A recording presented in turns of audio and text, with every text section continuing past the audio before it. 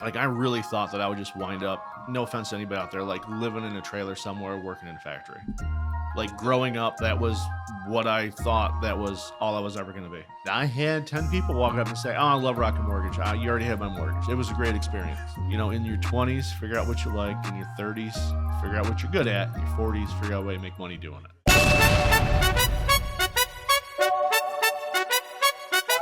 What's up, guys? Lift and Love. Lift and Love here. Where did you pull this question from? Why is that? Lift Love. Crochet. We out. What's up, guys, and welcome to the Lifting Love podcast. You are awesome. Today's episode is brought to you by Lake Hickory Pub and Marina, where lake and life meet. By the time this episode comes out, as you see, new shirt today. Our merch site should be up. Don't know what it's going to be called yet, so look in the description below. Get some merch. Subscribe if you haven't done so already. But anyway, I digress. Today's episode, for me, is an important one. When I came out to North Carolina, there was very few people who really kind of took me in under their wing as a mentor. And today, one of them is on. He's a friend of mine, a mentor of mine. And honestly, I feel like if you don't know him, you literally might live under a rock. It is Bill Fields with Rocket Mortgage. How are you, my friend? I'm good. I appreciate all the kind words, even for people if they're living under a rock. I'm glad they're watching. So, but for me, again, like when I came out here, I was just telling you right off the pod, 5 people who really helped me out, took me on my wing, helped me really just grow as a person, grow as a business, and I appreciate all the stuff you've done for me. I try to help, as many people as I can, and I'm a fellow New Yorker. That's true. I'm closer to Canada than you, but New York is New York. Us Northerners got to stay together around here when we can. And I think your story is awesome, and I can't wait to dive in because we've talked about this off the air. You have lived multiple lives in one. So, for the people who don't know you, who are you and what do you do? So currently, I'm a loan officer, executive loan officer with Rocket Mortgage. Before that, been a whole bunch of things that you would never think that one person would do in a lifetime. Nonetheless, I just turned 42, so hold on. Still super young. No, I feel older every day, and that's great thanks to my children. For any of the parents out there, children with ADHD, I feel your pain. But anyway. Yeah. So I think a cool thing about your story in general is you've had multiple careers, and I think the last 2 have been very similar, but when you were doing corrections and all that, I feel like for someone, you're just so agile and so adaptable, I guess is the best word, because you're not talking you're in the same profession and you've had multiple jobs. You have kind of done 180s in every profession that you've gone to. So where did that adaptability come from? Is that something from a young age that I don't know, maybe your household was like that, or was it just something that you kind of just adapted to your surroundings? Well, I didn't really have a choice to do a lot of stuff like that, a lot of changes. I grew up really, really rural. My parents got divorced when I was young, so it was not an option. You just had to keep with the grind before that was even a term. You were grinding before grind yes. was even said out loud. Yes. So, if we could talk about your childhood real quick, do you think how much of an impact did the divorce have on you? And was it a textbook divorce? Was it weekends at one house, weekdays at another? Yeah, it was. It was the whole mother stay with them full time, father on every other weekend, 2 weeks during the summer. Honestly, my grandmother, we were really close when she was still alive, and it was her house every Tuesday too.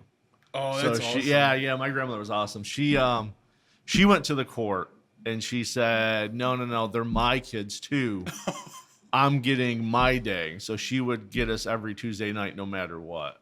So how impactful was grandma on you? Because as someone who also had a very impactful grandmother, my great-grandmother, and I would always go over there, and she was the glue of our family. Regardless of the drama, regardless of whatever happened, she made sure that everybody came together because that's what grandma wanted. I mean, she was more like a mother than anything else, really. Like, she taught me how to ride a bike. I was at her house, my brother and I all the time. Like, best childhood memories are with my grandmother. That's so and, awesome. And yeah, by far. So going into high school and finishing high school, what was like your thought process on what a career looked like? Like, did you have any aspirations, or were you kind of just, I'm going to go to college and see what happens? Oh yeah, I had very, very little guidance and through any college, like any high school or anything like that. Honestly, my mother, hopefully she's not watching, she probably could have cared less what I did or where I went as long as I did not bother her. Wow.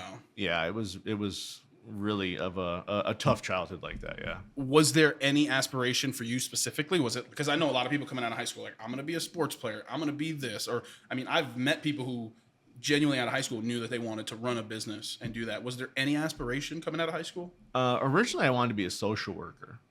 I can see that. Of all, Yeah. But it's like, as far as my parents were concerned, they both made not furniture. They both made silverware. They were just blue collar factory workers. And as far as my mother was concerned, probably my father too, like, all right, that's good enough. Yeah. You just get out of high school and, you want to go to college. Oh, that's great. How are you going to pay for that? and if that doesn't work out, I guess you just go work in the factory, So it was really kind of like just a negative aspect or negative environment just throughout high school. What happened? Did you go to college, and what did that path look like? Yeah, no, I ended up graduating high school. I did well. I went to college. I didn't really care for it. What did you go for social work, or what did you go for? No, I just kind of went undeclared to see what I wanted to do. I honestly hated college the first time. I'm like, what am I doing here? Yeah.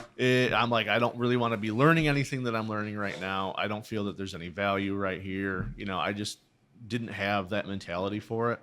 So I ended up leaving, and I went to work for the sheriff's department. Wow. And with that, there was like, what does it even take to get into the sheriff's department? Is it like an exam and a test? Like, what did you have to do? Well, I'm feeling old now. Oh, stop. So this is going back in the early 2000s. So in New York, as you may or may not know, you have to take a civil service test. Yeah. You have to score really well on the test. You have to do good on a series of interviews and things like that. And then you get hired off of your ranking. So I ended up being the first person for the sheriff's department where I lived to be hired off of that test. Wow. The year that I took it. And I worked there for 3 years. And then, like, what was that mindset when you got that job? Was this like, hey, I'm just going to do my 25 here, or 20, whenever? I don't know if it's changed since then, because 2025 is like the number now. But were you thinking that was going to be like a main thing, or were you kind of just like, it's going to be what it's going to be? It was a little bit of both. I'm like, you first start out like, do I really want to do this? And then honestly, it was the most boring job I ever had. Really? Yeah, I mean, you're just kind of hanging out, really, until something bad happens. There's no good in it. You have to go to work, you fight all day, you're just waiting for something bad to happen to respond to it. Like, it's really not the most fun. You learn how to fight there. You learn mental toughness. You learn what you're made of. Yeah. You can carry that for forever in reality. And the sheriff's led to the corrections job, or the sheriff's was the corrections job? In New York, it's all the same. It's like, I worked on the correction side, but I was a sheriff's deputy. I was deputized by the sheriff. I had arrest powers. I went through a peace officer school, things like that. So wow. What did and how old were you at this time? When I started in the prison, I was 19. Do you think that helped shape, because you're talking about mental toughness and doing what you do now, and there's a lot that goes into it, like the volatility of what you do now, we'll get to here in a couple minutes. Do you think that working that job helped prepare you for the mental toughness of what you do now currently? I mean, it can, if you're willing to take the best parts of what you're doing, even though it's bad, with you, it can. Mm-hmm. If you only look at the negative on something, it's tougher. Also with time, when you get to reflect on something that happened 10, 15 years ago, you change who you are. Well, I won't say you change. Nobody really changes who they are. I feel that you are born a certain way, and things can bring either the best or worst parts of you out. But inherently, people are always the same. That's true. It's just sometimes you don't get the opportunity to express the best part of yourself. You get conditioned that like, oh, I only need to look at this bad part of me is what's important. Or depending on where you're from, the good part is weakness. Yeah. So, that's kind of how I think about that. I think it's also like experience too. So like for me, like my house, me and my family, my parents got divorced later in life, but a lot of my friends were in similar situations like you were when you were younger, divorced house or single parent household, or just a lot of negativity. And my house was like that place for people to come to have like that peace. So like for me, it was a lot of, when I was younger, it was that experience of seeing, okay, I have it good. And I didn't know at the time because when you're younger, you're like, oh, this and that and blah, blah, blah. Like I had it really good because I got to experience my friends' point of views on life. And like they would share with me stuff that was, it was tough situations that they had to grow up with. Going back to experience, it's like with you in the prison system when you're like with these felons and these criminals and you're learning how to be a sheriff. Like you're experiencing all that stuff. Did that open your mindset at all, coming from how your life was during high school to now, like you're seeing like the good, bad, and the ugly of, for lack of a better term, of society? It definitely opens your eyes to the negative out there, and not only the negative, but how close it is to where you live, even though you don't know it. When you do that and then you see somebody in the grocery store that you were just telling to make their bed, 2 weeks before, like that is real life. And I think that it's a good job for a lot of people. It wasn't for me, because I'm sitting a lot of my life growing up. I was sitting somewhere thinking, I'm like, this isn't where I need to be. Like I am capable, and like telling myself I am capable of so much more than this. And it's not saying that it's a bad thing for some people. Yeah. But me personally, I'm like, there's more for me. So I've always felt that there's more for me. Or if I'm sitting somewhere, I'm like, I can do better than this. Do you think that was the biggest lesson that you learned in that, where like there's more to life? Like doesn't have to be the only thing you do. Like, what do you think the biggest lesson was that you learned during that phase and that part of your career? I learned a lot about just mental toughness, and you just can't quit. You have to just keep moving forward. And then transitioning out of that job, where oh boy, because your life kind of takes quite a you like I said, you've lived multiple lives up to this point. Where does the journey go from after that? Like, when do you decided that, hey, I'm leaving this? What was your next steps and what happened? Sure. Well, honestly, the decision was made for me in a way. I ended up moving to Florida for the first time when I left the sheriff's department, went to work down there. And in between, there was a lawsuit that was filed with somebody that died in custody. They weren't actually there. I wasn't right there when it happened, but I was there shortly before that. So everybody got wrapped up in a big lawsuit. I was found, innocent and all that, so I wasn't ever worried about that. Mm-hmm. But when I moved, whenever there's a pending lawsuit with a department, that's hard to get a job with another department. And all of that happened in between me going from one place to the next. Oh, so you were set up you were going to go to a different department in Florida. Yep, I ended up doing that, and I hated it. I hated Florida. After 6 months or so, I'm like, I'm just going to come back, get reinstated. So I'm like, all right, I'm going to leave here. I had to set up, move back to where I was. I was a field training officer. I probably would have been a sergeant in a couple of years. I probably should have just stayed in New York. But in between the transition back to New York, all of that stuff happened. Wow. So I ended up getting a job in the mall selling jewelry. Wow. So, don't tell me you were one of those like kiosks in the middle. No, it was an actual store. I worked at K Jewelers in the mall. Wow. And so I got to see the people that I had in jail walk by the jewelry store that I worked at. So that was very interesting. I ended up doing that for quite a while and becoming a general manager at a different chain. But yeah, I worked at the mall for a number of years. Wow. And So, I mean, you're talking about jumping into something completely different.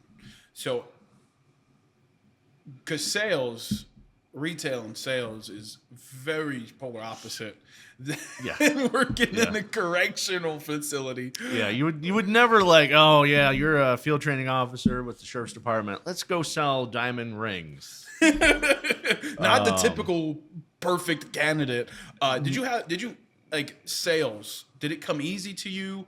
Was it hard? Like, what were those first couple like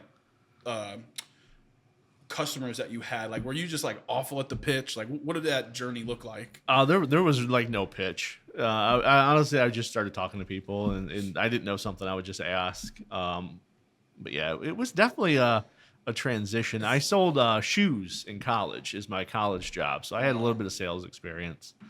And way back in the 2000s, you filled out a paper application still. And if they were hiring, they would talk to you. Okay, well, we need somebody, and you're here, so you're hired. So it was like It's a little different, then versus now. There was no LinkedIn and Facebook and that kind of stuff. Like, you just found a job that you needed to, money. I'm like, well, I honestly figured, I'm like, I'd like to wear a shirt and tie every day. That sounds pretty cool. yeah. Like, hey, I'll sell jewelry. I don't have to get dirty. I don't have to get up and work midnights. Don't have to fight nobody. I mean, yeah, true. If they wanted to take it, you're supposed to let them take it. And then what happens after K? First off, how long were you there? And then what did that direction kind of look like after? I was there for a while. I ended up leaving the jewelry industry during the last recession. The store that I was a manager of ended up closing shortly thereafter. The mall I worked at closed. This is upstate New York back in the late 2000s, where everybody left. Everybody moved to Florida. Everybody moved to South Carolina, North Carolina. So I'm like, I don't know what I'm going to do now. And a friend of mine who changed my life. I don't think I've ever actually told him how much. We're still friends. But he's like, hey, I work at this finance company. We're looking for somebody to answer some phones. What do you think? I'm like, well, I don't really have a whole lot going on now, so we're going to give that a whirl. And so I did, and ended up turning into a regular job. I ended up working as a funding coordinator, it was called. So it was like document prep and stuff like that. Yeah. And at this point, my wife now, we were dating at the time, she's like, you probably should just finish school. So I ended up working full time and going to night school and doing Saturday stuff, and for a number of years to finish, a degree. So then I had a degree, and I'm already working in finance. And you went back and your degree was in finance? No, not even close. I have a social science degree. So basically it's just a study of people and how they interact with their environment. Wow. Which I mean is a huge part of sales. Definitely, like, there's some sales aspects to it when you're dealing with people in the general public. Like, you need to kind of know how they work, how they think, and it kind of always changes, but it does. I don't even look at what I do as a sales job. Like, I don't ever sell anything. I provide a service. Yeah. Like, now more than I do anything else. I mean, half of it is education. Nobody knows what they need to do to buy a mortgage usually the first time they do it. You can't learn it in college. There's not a class you can take. It's just a lot of one-on-one counseling almost, more than it is like, I don't like, oh, hey, buy this mortgage. It's like, no, you want to buy a house. My job is to help you buy the house. This is the best option as far as like a loan program or type or an offer that might be out there for you. Yeah. And this is why you should do this, and this is what it means. But that other job was different than what you're doing now at Rocket. Yeah. So I worked for a finance company that specialized in medical lending to start with. Oh. So I financed a lot of doctors, dentists, veterinarians. I ended up being really good at that.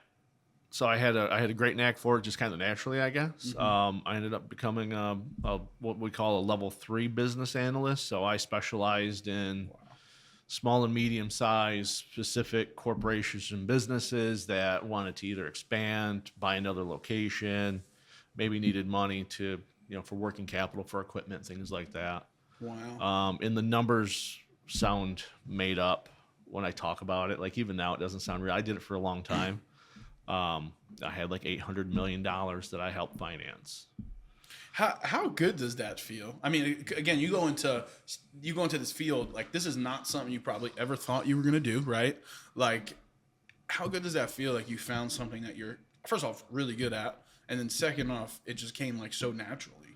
I honestly, I wake up some days even now, like knowing where I came from to where I am. Like I never thought that I would like have the life that I have. Like I really thought that I would just wind up, no offense to anybody out there, like living in a trailer somewhere, working in a factory. Like growing up, that was what I thought that was all I was ever going to be. And like genuinely, like that was it. That's That was exactly how you pictured your life. That's how I like bad teeth, rusty truck, living in a trailer, working a shift job somewhere. Just I always thought I was going to have just an awful life. And then, how does Rocket Mortgage come about? Oh my God! I feel like so. First off, how long are you at the old position? And then again, what did that transition look like to Rocket Mortgage? Yeah, so I was in the commercial side about 10 years. I've been in finance 16 total now. Mm-hmm. I first started with Rocket back when it was Quicken Loans. I was a broker. I ended up leaving after a couple years to go to a different company just because my wife and I needed health insurance and it wasn't an option when I was a broker in Florida. A couple years ago, they created the local program, like what I'm a part of now, where it was people in the communities because people wanted loan officers with Rocket that they could talk to. It wasn't just on the phone anymore, just over the computer. They wanted a local presence. So that's, why I work where I work. But, to work for the company I work for is awesome. Like the stuff that they do for the community, the benefits that they give to people, the opportunities they give to people that aren't even talked about are huge. Like I find it so easy, me personally, to like represent them as a company and as a brand because I 100% believe in them and they empower me to do what I do too. So it's super easy to work for a company that actually does what they're saying they're going to do. Like it's crazy. And then how did moving to North Carolina and going back to Rocket, how did that work? So I got a job. I won't even say the company name because I'm going to say bad stuff about the guy that worked there. He's now a registered sex offender. Whoa. Yeah, I didn't get a good feel about them after about a month or so. So I didn't stay with him after, it was like maybe 6 weeks. And I had a job offer for somebody else. I'm like, I'm gonna go with this other company now, and it was great. And then the recession came. Well, I won't say recession. It was the crazy high spike in interest rates. So I had to look at doing something else. I'm like, I'm going to go back to being a broker.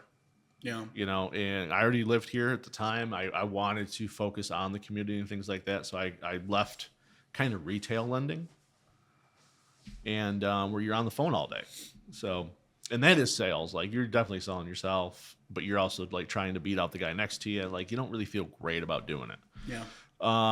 And then Rocket called and said, "Hey, you were a broker before. We've got this new program. Would you think about coming back to work with us?" Yeah. So hands down. Hold on a second. They called you. Well, it was more like a message via LinkedIn, but yeah, it was just kind of meant to be. And then shortly thereafter, I'm up in Detroit talking to people that I talked to on the phone in real life. I was there for my 40th birthday. My wife is still very upset about that, for my initial training and stuff like that. So it's been amazing. And just so for people who might not know exactly what goes into lending and all that stuff, what exactly do you do at Rocket Mortgage? So as I said in the beginning, what they call an executive loan officer. So we got different levels of banker. It comes with experience and things like that. So I'm the highest level of loan officer at the company. So what I help people do basically is, one, find out how I can get them approved to buy the house they want to buy. Two, to try to get them the best mortgage option out there for that house they want to buy. you hear different loan programs like VA loans, FHA loans, conventional loans. There's subcategories in a lot of that stuff. No person in the general public is going to know about how any of that works. That's why, I'm licensed and I'm a professional like that. It's just no different than different kinds of doctors out there, like different financial advisors specialize in certain things. It's really helping somebody into that new house the best way in the best position they can be. And it's not just like, oh, I'm gonna close on your loan and I'm gonna get paid a commission. It's like, all right, where is this person gonna be in 6 months from now? Where are they gonna be in 5 years from now? Like long term, what does that person's future look like? How I want to make sure that they're taken care of down the road, and not just today. Yeah, and I think I can speak from experience because we've had the conversation, and you've ran the numbers for me and my wife, and instead of being like, yeah, we could get you into something at a super high rate, you were like, you know what, take a year, rent, fix some of the stuff you got to fix, and let's get you into a better deal. So it wasn't like you're just trying to sell. It's like, look, I'd rather you not have to worry and not have to struggle and actually be able to live in this house and get this mortgage that is going to ultimately be part of your big, beautiful tomorrow. And I think that's the cool part. And to transition into all the stuff you do in the community, because you're, like you said, you're not really a salesman.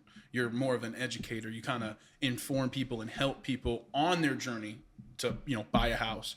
How much of an impact has it been? Because like you said, the first thing you were talking about was community when you got this position. Now you're in a place where like you can have so much impact on the community. You're part of 3 different chambers. You're ambassador for 2 of the 3 chambers around here. Like, what has just being able to be on the scene and involved in all these local things, and outside of the chamber, you're also on every single planning board that seems to time I talk to you, just one. Every time I'm talking to you, I'm on another board, I'm on this, I'm on that. So what has being a part of the community, because you're not just someone in the community that does business in the community, you're a part of the community. How much has that impacted you, and how much has that like helped you grow as not only a person but as a professional?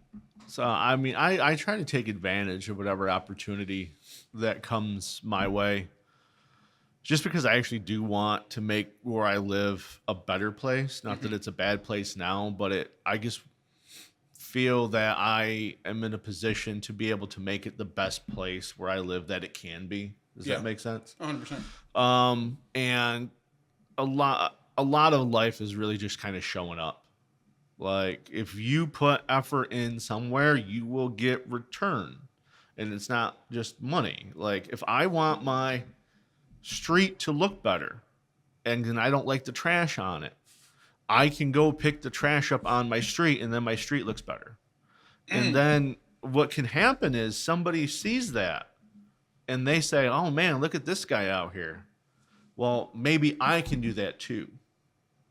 And, when somebody makes an effort, hopefully people notice, and not to notice like, oh, look what he's doing, but like, oh, maybe I can do that. And that's how change happens. So not having direct impact, but indirectly through actions and through you just showing up to networking events, just not even being like pushy and being like, hey, like, but just naturally flowing conversation. 6 months from now, someone's talking about buying a house. Hold on. I know a guy. Bill Fields of Rocket Mortgage. Like, that's the guy you need to work with. Yeah. That more so like that. That's usually how it works. I don't ever try to like, oh, let me help you finance a house. It's like, all right, I can do that for you if you choose me to work with. Like, you can go to a bank, they'll give you a mortgage too, but you might want to work with me because you notice that I actually like care and I want to do things in the area and not just sit back and collect a paycheck and I mean, you got to think about it, like for Rocket Mortgage, because I know they had the branding change and all this stuff. It was kind of a genius plan to be like, let's get people in the community, because people are going to recognize that face and see the brand, like it's on your shirt now and wherever you go. So to be able to attach great people in local communities that are places people are going to buy homes, it's honestly kind of a genius move to have the local program that that they started up. I mean, so far it's been a really big hit. I was in the Home and Garden show a couple weeks ago. That's awesome. And I had 10 people walk up and say, "Oh, I love Rocket Mortgage. You already had my mortgage." It was a great experience. Just random people. Yeah, just random people. Like, "Oh, I got a great rate." It was a great time. Like, they still remember. Well, one, they pay us every month, but two, it was like, okay, that makes me feel good. Yeah. Like, I'm representing the brand in the local community, but I also represent my own brand. You don't work with Rocket Mortgage directly. You work with me first. And if you don't like me, I mean, people do business with people they like at the end of the day. So what opportunities has it given you as far as like, because obviously like you said, you're more the face, and like Rocket Mortgage has tools and resources for you to use, and obviously they have like programs and stuff that you can offer to people. Is it something you ever thought about, like as far as like, because usually like in your other jobs, you're working for somebody, you represent somebody, but this time it's, yes, you're working for someone and represent someone, but more so it's kind of like you're your own little business in a sense. Like, how is that like giving you the freedom to be able to be like now you're doing this podcast, and then you probably have a networking event and then a leads group and all this stuff that you have to do throughout the week. I've got a couple of loans that I have to work on for people when I leave here. I do get the freedom to structure my day and things like that and try to be impactful. Yeah. In doing all of these things, you do it with the intention that if you put good in the world, hopefully it comes back to you at the end of the day. Be a good neighbor, help other people. Are there days where it doesn't feel like work? Some days. I mean, it's tough balancing a lot of stuff. I mean, I'm a pretty active guy with that and with kids and everything, but because you're literally at like every networking event. Like when I go to a networking event, there is a good possibility that I'm going to see your face. Yeah. And a lot of that comes with consistency. Like, if you're not going to be consistent in something, you're going to get no outcome. You can go to the gym once, you ain't going to get anything. You got to go repeatedly. I mean, neither of us should really talk about going to the gym. So, but that is what it is. Yeah. But it's consistent. It's who's the first person that you think of to do a certain thing. And if it's like email marketing, you get tons of spam, right? You get spams for everything, but the time you need something, you're going to go to the first person on that inbox. That's why you get so much stuff. Yeah. Well, my goal is for people to look at me when they need a house, be like, listen, this guy knows what he's talking about. He knows the area we live in. I trust him to take care of the biggest financial decision of my entire life. How much, I hate to use the word pressure because I feel like pressure has such a negative connotation, but how much pressure does that put on you as far as like, and I feel like you're in a better position because Rocket has a lot of good programs, and again, you're not selling people, but people are, buying a house is one of, if not the biggest purchase a person will ever make in their life. Do you have a sense of pressure that you have when you're working with these people, putting these deals together and trying to get them the best rate possible and the best product possible that Rocket Mortgage has to offer? I mean, I'm probably as concerned about it as they are. You're like sweating. No, I wouldn't. I mean, it comes with practice and stuff too. You do something long enough, you're gonna get good at it. You know what to do. But I mean, I also know that like they're depending on me to do a good job for them. So I mean, there's a certain level of responsibility that comes with that. It's just not like, oh, I mean, I don't work online. You're gonna see me at the grocery store. If I do a bad job for you, you're gonna tell everybody you know. I mean, and that gives me a certain amount of level of accountability too. Like if I do a loan or a mortgage for somebody, I want them to tell everybody they know how great of an experience it was, that they've never talked to somebody more knowledgeable and it's helped them more to buy a house. I mean, that's my ultimate goal, is to be like, this he's fantastic. Well, I would never work with anybody else is my goal. And so word of mouth is like 90% of your referral business. I don't really do any marketing. Like, I don't send out flyers. I don't do that kind of stuff. Well, I mean, you do go to local businesses, drop off these little goodie bags. Yeah, that's a little different. That's a little different. I mean, it is what it is. You also, not everybody goes to a networking event or a marketing thing, or they don't show up. So sometimes you got to go where the people are. Not everybody gets the option to be, at 10 o'clock on a Tuesday, I'm going to go to this thing. Well, they got a store to run or they've got a job. So Yeah. I work nights. I work weekends because of that. Just because when you're working 9 to 5 or 8 to 6 or whatever, you don't have time to talk to me for an hour in the middle of the day. Well, I'll make time to talk to you at 7 o'clock at night when you're home. So it's really a different feel.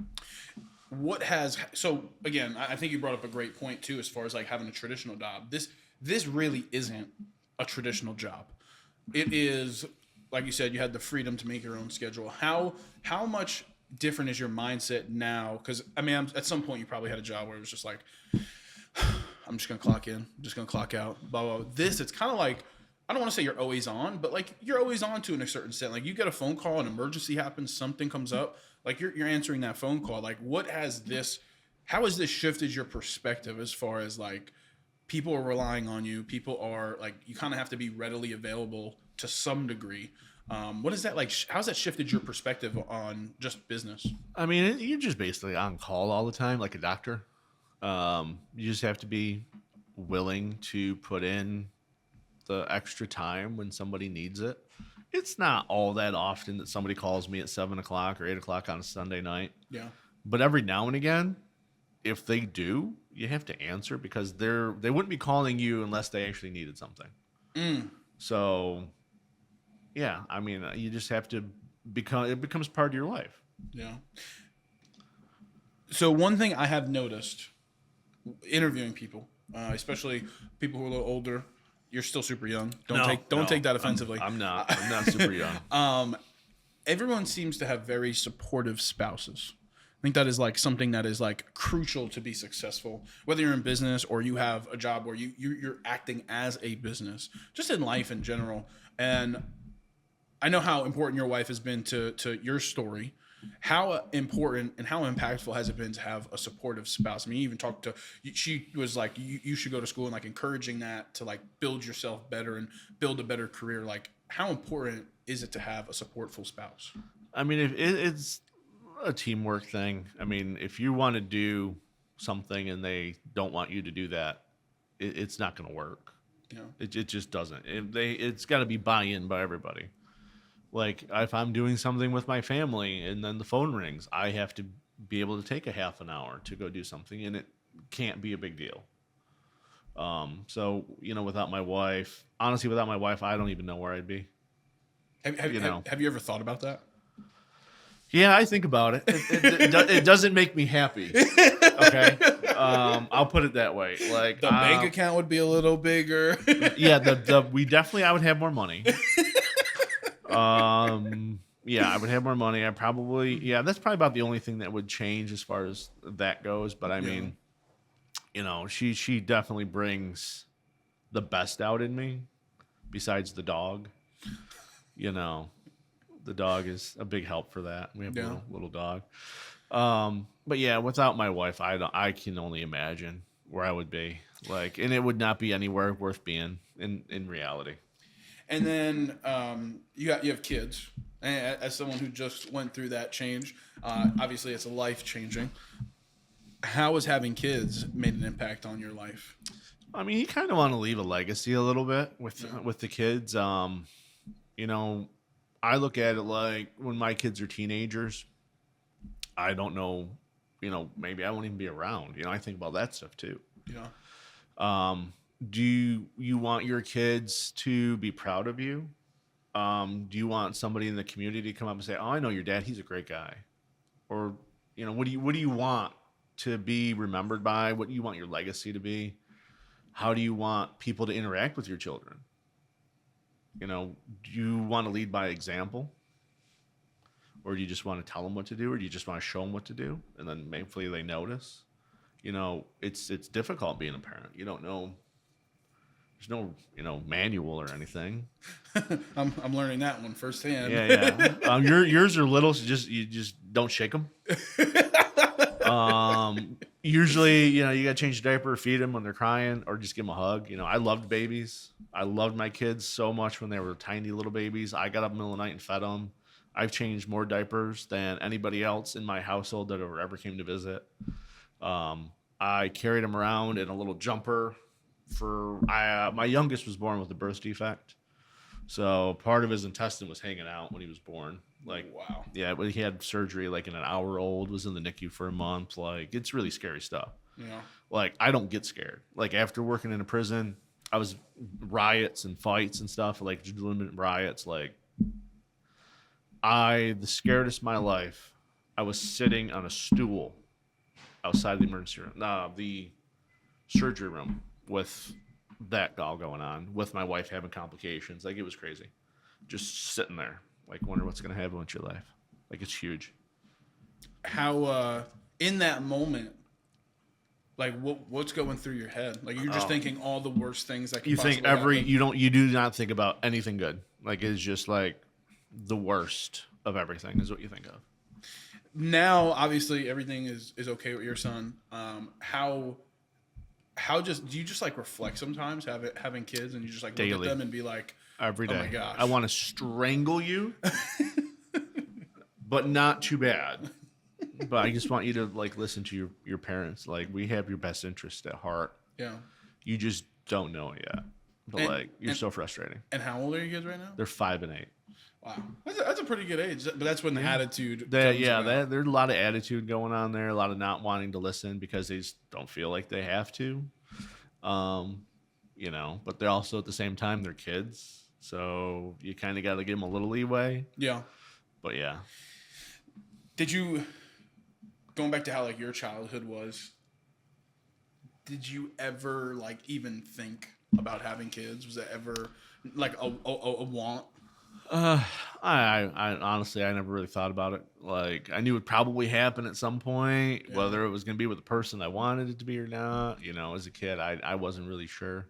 But then obviously you meet your wife. Yeah, fall in I met my love. wife the day I graduated high school, Whoa. so it's been 20 something years now. So talk about that. What was that like? Honestly, I went to school with her cousin. I went to her graduation party, and I met my wife the same day. And Whoa. I've been out of school since 2001. We're in 2025. You want to do the math? So my wife just turned 40. I've known her since she was 16 years old. And when did you guys like actually like Get date? married? No, like when like you go Oh to no, the we started graduation we party, like, started right away. dating shortly thereafter. Yeah. Wow. Yeah. That's incredible.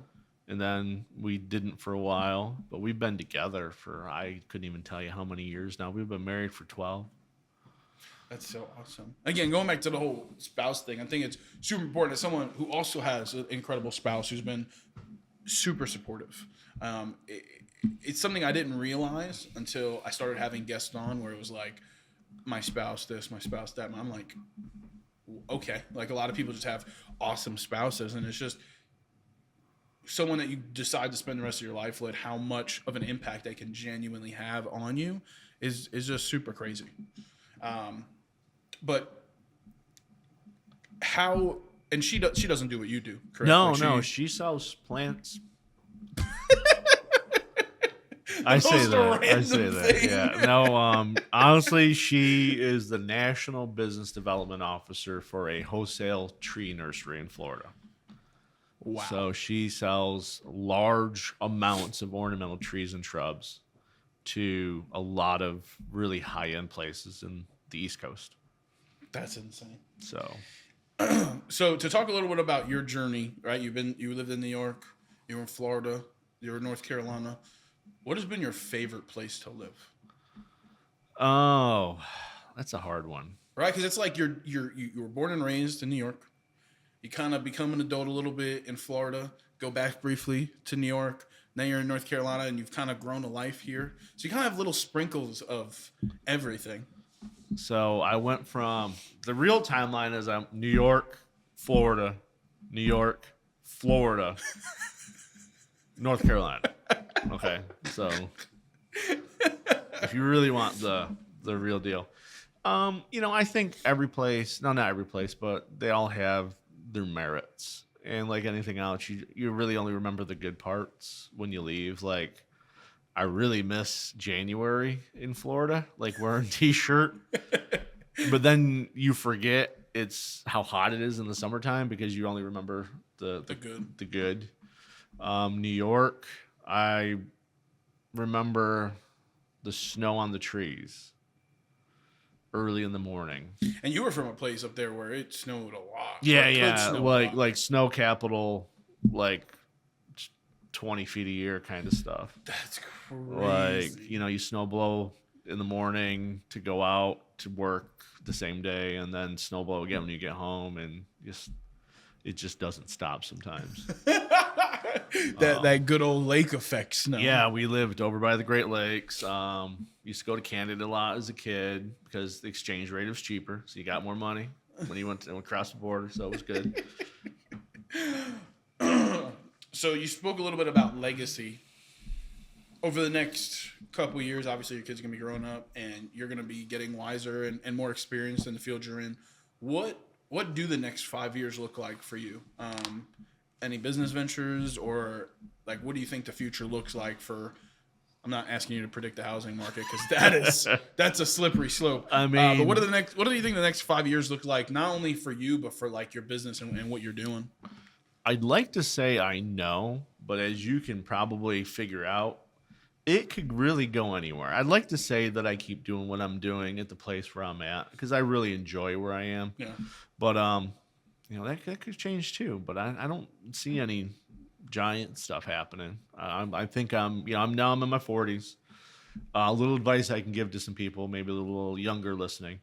In your 20s, figure out what you like. In your 30s, figure out what you're good at. In your 40s, figure out a way to make money doing it. So I like what I do. I'm good at it. I just kind of want to do it for like another 20 years and then retire. You want to just get in, get out. Just get me to 60-ish. And After that, whatever happens. But I just like to go for the next 20 years doing what I'm doing. Yeah. Hopefully where I'm at, and kind of just make the rest of my life do that. If you could, because I feel like you do everything. Give me all your titles. Let's go through the title game with you. You really want me to list them all? I want you to list them all. All right. Well, husband, father, we'll get that out of the way. All right. So you just community stuff? Just community stuff. All right. Well, I'm a member of 3 different Chamber of Commerces, the Burke, the Catawba, and the Caldwell. Boom. I'm an ambassador in Burke and Caldwell. I'm also a committee chair in Caldwell County. I sit on the planning board for the town of Granite Falls. I'm on the dangerous dog hearing board for Caldwell County. And I think that's it for right now. Any other aspirations? If anyone's watching this, you got a board seat. I got a man who wants to fill it. I would like to be on the Caldwell Chamber of Commerce board at some point. Awesome. I feel like I'm a good person to have on that kind of stuff because I'm honest and I really do just want the best for everybody else. Mm-hmm. But yeah, I'm probably gonna run for mayor in the fall of Granite Falls. So if you're watching this and you live in Granite Falls and his name, Bill Fields, is on the ballot, need you to go do that. Need you to go fill it out. Just a little. Yeah, just one. You can vote twice if you want. I mean, it's a little illegal, but I'm not going to stop Vote twice. And then the last thing on community, and then only a couple more questions to wrap up. Because you're not a business owner. Like you don't have. It's not Bill Fields LLC, as far as I know. Is it Bill Fields LLC? No, but it's funny enough. Like internally inside Rocket Mortgage, we're referred to as business owners. Ooh. We've got kind of a set of guardrails that we have to stay within. But for the majority of how we operate, as far as loan officers, we have full independence. Wow. So you guys are 1099s then? No. Honestly, they're fantastic. I have a salary. I've got great benefits through the company. Wow. So, they give us the opportunity to market how we want, to interact in the community, to interact with our partners. And it's just obviously you have like guidelines and exactly. hours you have to work and things you have to, quotas and stuff like that. Yeah, as long as we stay within the parameters they set in. Yeah. We have a very high level of autonomy because it's a changing environment lending. Gotcha. It's not just, you call me from 9 to 5 Monday through Friday, and if that doesn't work, then I guess we don't do your loan. That's not how it works anymore. So my question is, as someone who, you have a lot of independence, but you're not a business. being in the business community, what's some of the things that you've kind of picked up on from other business owners, like advice, like what have you learned in your role as far as the local business of Catawba, Caldwell, Burke County? It's a lot of people do what they're passionate about.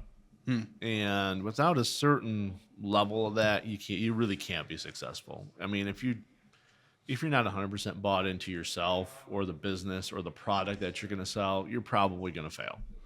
And that's just reality, because you have to have the dedication that gets you through the hard times.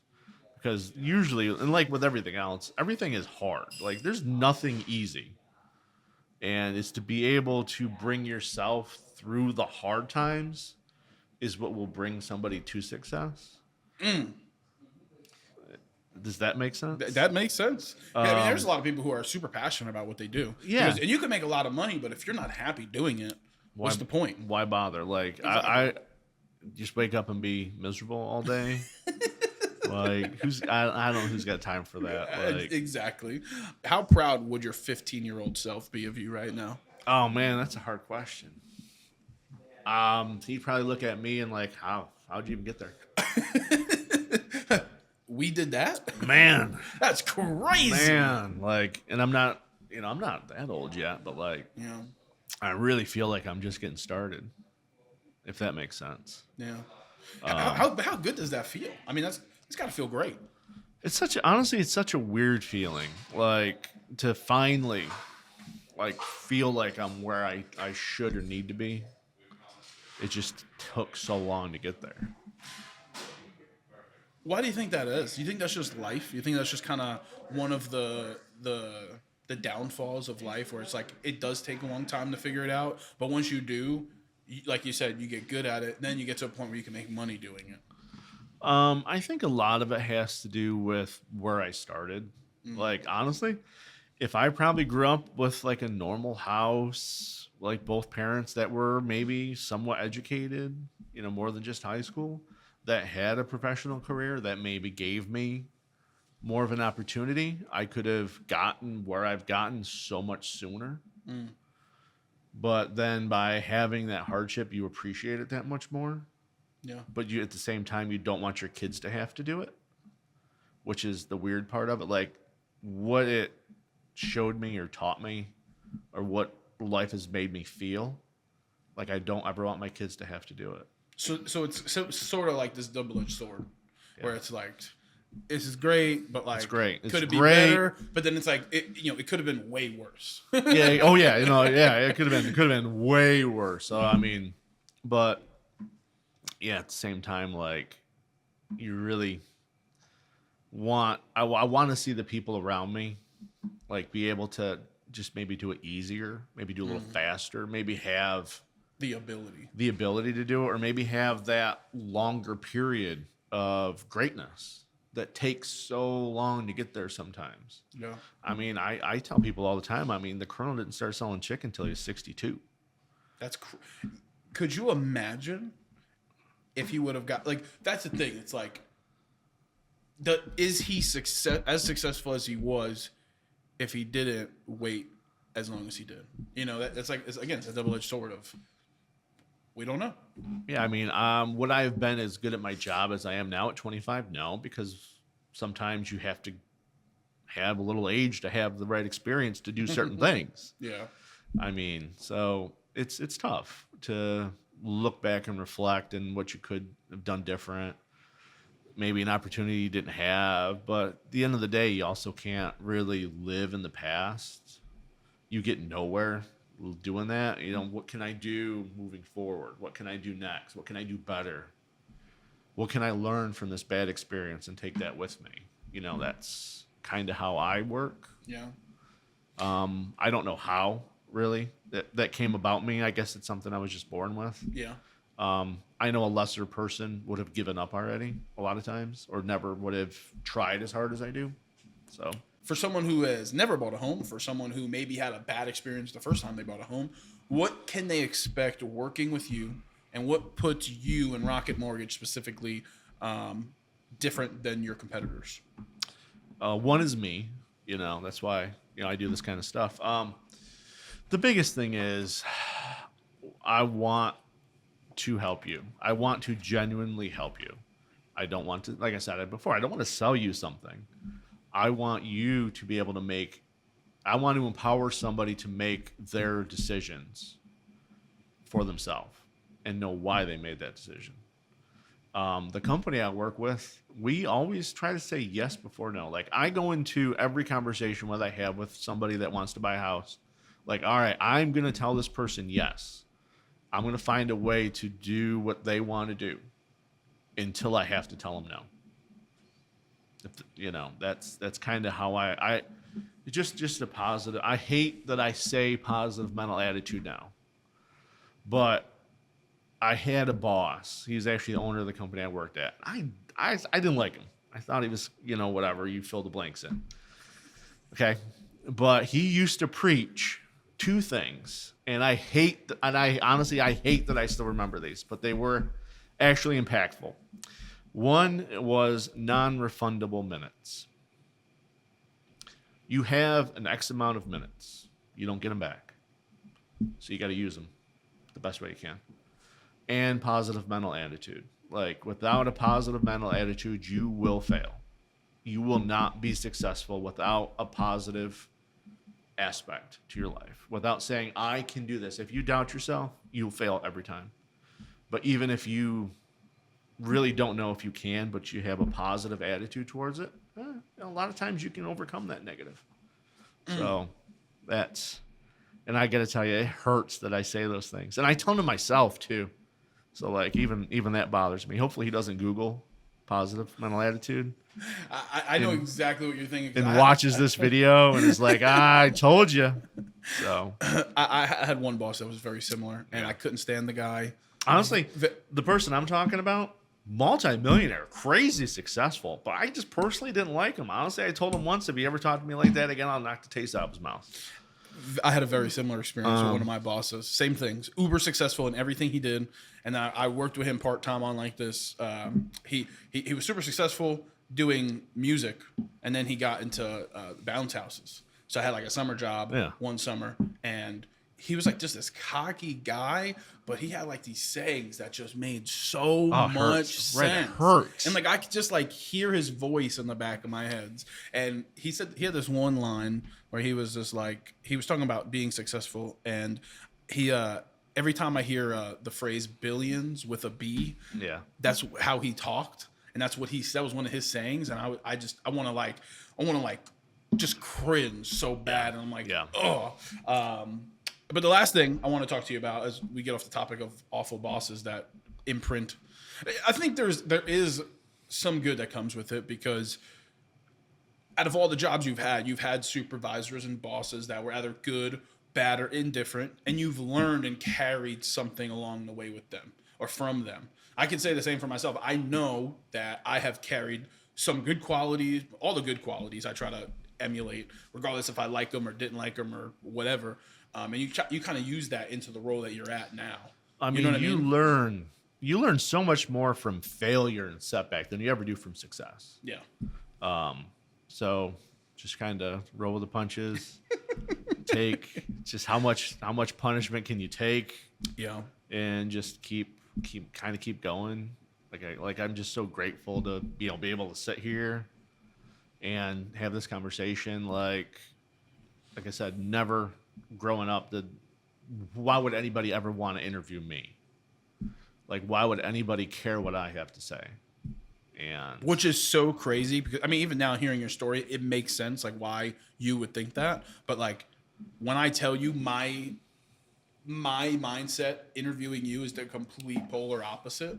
Like when I tell you you were top 5 on my list of people I wanted to interview ASAP, like I mean that. And it's so crazy to hear like how much back then you would have doubted yourself, but now it's like I'm like, Bill is like the guy to talk to.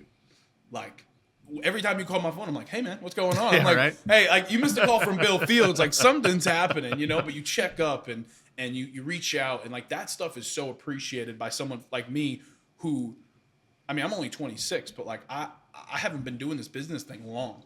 And to have a mentor like you and some of the other people I'm able to lean on is I can't express my gratitude. So I appreciate you coming on to the podcast and enjoying. Thank you for giving me the opportunity to interview you in this endeavor. But the last thing I want to touch on before, I ask you how people can contact you and get in touch with you and do business with you. I feel like the perfect opportunity to ask you, because you've seen business, you might not have your own business, but you're in the business world. Obviously, you've done a lot in your life. So what's the best piece of advice? I'll ask them both separately. What's the best piece of business advice that you can give to someone watching this right now? I think I may have said it earlier, but half of life is just really showing up. If you don't show up, you don't put any effort, don't expect to get any reward. So just be there. Just put in the time, put in the effort, show up, and you're halfway there. That's more than 50% of the people will do, is right there. So you're already halfway there. And then for people out in life, and I think your story is the perfect example, because as a kid, you honestly didn't think that life would amount to anything. As you've grown up, you kind of were still in that mindset, and then all of a sudden it seems like now, later in life, you're just blossoming. Like, you are like so successful in everything you do. I feel like whatever you end up doing, if it's not Rocket Mortgage, if it is, you're going to be super successful. I feel like everybody knows who you are, unless you're living under a rock. What's the best piece of advice that you can give to someone about life in general? There's two ways to learn. You can learn from people that are more successful than you, or you can learn by people less successful than you at the same time. You can learn from what a successful person does, or you can learn what not to do by an unsuccessful person. So unfortunately, I've had to learn both ways. Like, I've seen the way somebody does something. I'm like, yeah, you don't do it that way. That way is gonna fail. So we're not gonna do things that way. And honestly, I hate it. Like, I had to learn like my parenting by watching my parents like not do a great job. Like, not a great job of parenting. So I learned what not to do by them, not what to do. Like, so it's just kind of being aware, like, I can see what to do, what not to do. You look at both sides of the coin in all circumstance and kind of take value from that, whether it's good or bad. Like, use the bad for the good, use the good for even better. And then the absolute last question, and again, I appreciate your time, and I know you got a million other things you're about to go do after. I only have like 4 more things to do today. if honestly, it's probably like 6, but whatever. For someone watching, they want to do business with you. How do they get in touch with you? Do you have a website? I don't know if you want to put your phone number out there, but I could put some links in the description. Yeah, sure. But how would people get in touch with you to do business? Easiest is my cell phone. I run my whole business off cell phone, because what good is it to have an office phone? You're not in front of an office phone all day long. Yeah. I mean, you can roll it over and whatever, but 352-973-3022 is my personal phone. Call, text. That's really the best way to get a hold of me. I always answer. Does Rocket Mortgage? So we had a CPA on who works with Edward Jones. Yeah. Does Rocket Mortgage have the same thing where you could go on Rocket Mortgage and type your name in and find information? Yeah, you can honestly just Google Bill Fields Hickory and I pop up. I have what we call a landing page at work. So it's my work website, but then you'll also see the directories that come up in the different Chamber of Commerces and other things like that. So but they all say the same information. Awesome. Well, again, I thank you for your time, and I'm pretty sure we'll probably have a 20-minute conversation after this podcast. But until next time, shout out Bill Fields. If you haven't done business with him, at least give the guy a call, have a conversation. He will chew your ear off, like me and him talk for all the time for random reasons. But one more time, shout out Bill Fields. Thank you to Lake Hickory Pub Marina, where lake and life meet, for sponsoring this episode. And most importantly, if you haven't done so already, make sure you subscribe. But until next time, live love, crush hate. We out.